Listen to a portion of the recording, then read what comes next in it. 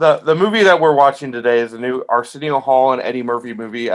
It's a sequel, Coming to America 2. Um, but before we get into the review, check out this trailer for this film from Amazon. You must heed my words before I'm gone, my son. Now, you will be king. But the throne must pass to a male heir. Hakim, it appears you have a son. He must be found. Prepare the royal jet. We are going back to America. Oh, hell no, Your Majesty. Come on! I'm back! Say it again! Feel right in this mother... Feel good in this mother... My whole hood in this mother... Come on! I'm the king of this shop. That's funny in hell! Well. Say it again.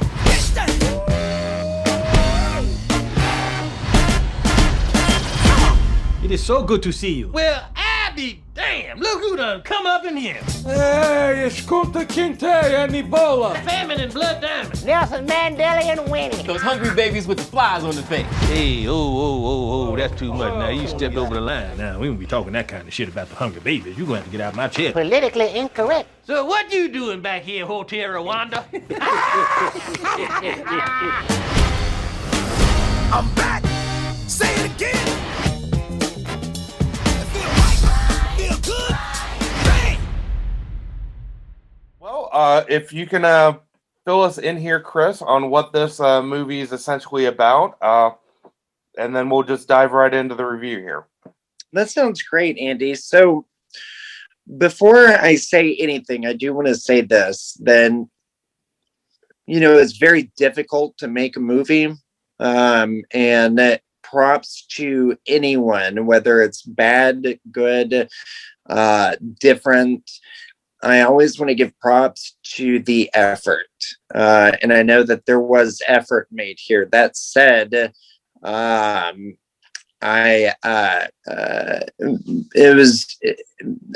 personally, my opinion was that I did not enjoy this film whatsoever.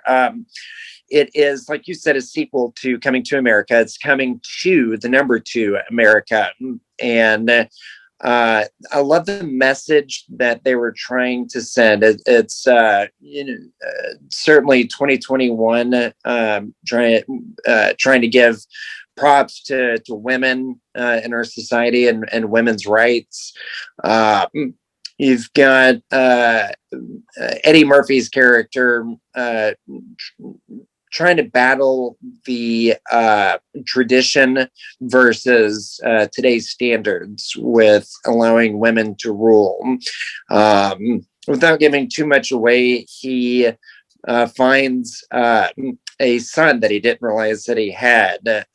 And the son's mom is actually played by Saturday Night Live's Leslie Jones, whom I love, I adore. She's fantastic.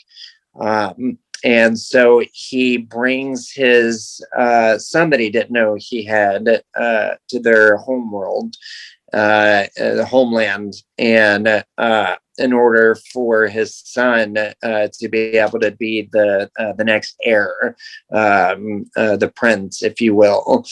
And so he's stuck in between trying to like I said, fight 100 centuries of tradition with having male rulers versus finally allowing perhaps one of his daughters to rule the land.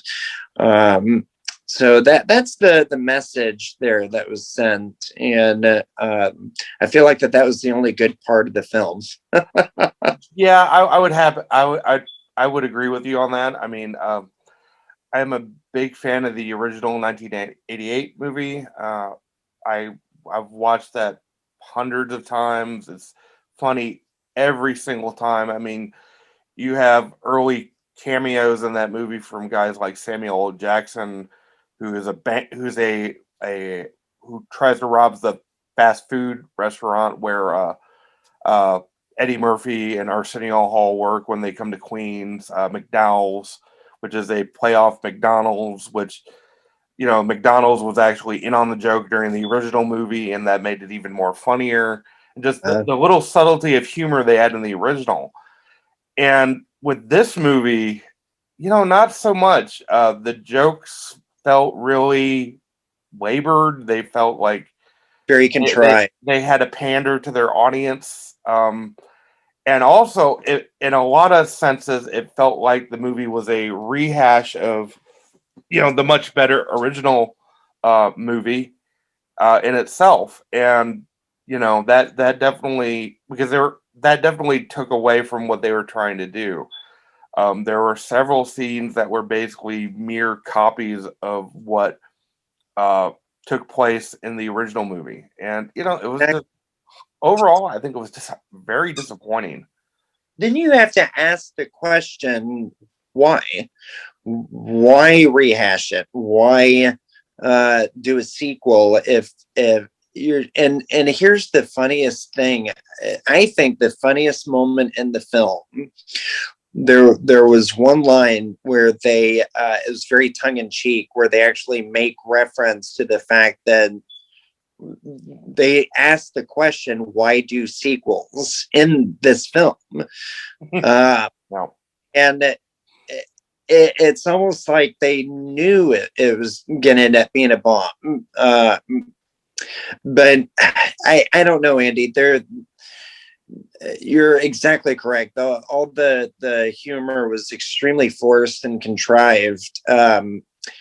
I got a couple of chuckles literally right at the very, very beginning of the film, and I don't remember laughing once after about the first 2 minutes.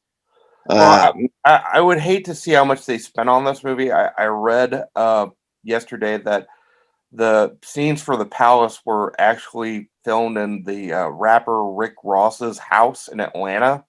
Oh my! Yeah, so that was actually very, very surprising, except for, like, you know, a few rooms that were done on a soundstage. But I was like, wow, that's something. And just, I mean, there was definitely a lot of work and a lot of attention to detail to pay homage to the original, like the Mighty T barbershop, and, you know, just recreating that feel and that sort of thing. And, you know, that's cool and very nostalgic. But, you know, I think this film coming to America will join the list of failed sequels. Like the great example I can think of is Blues Brothers 2000, which was just a god awful movie.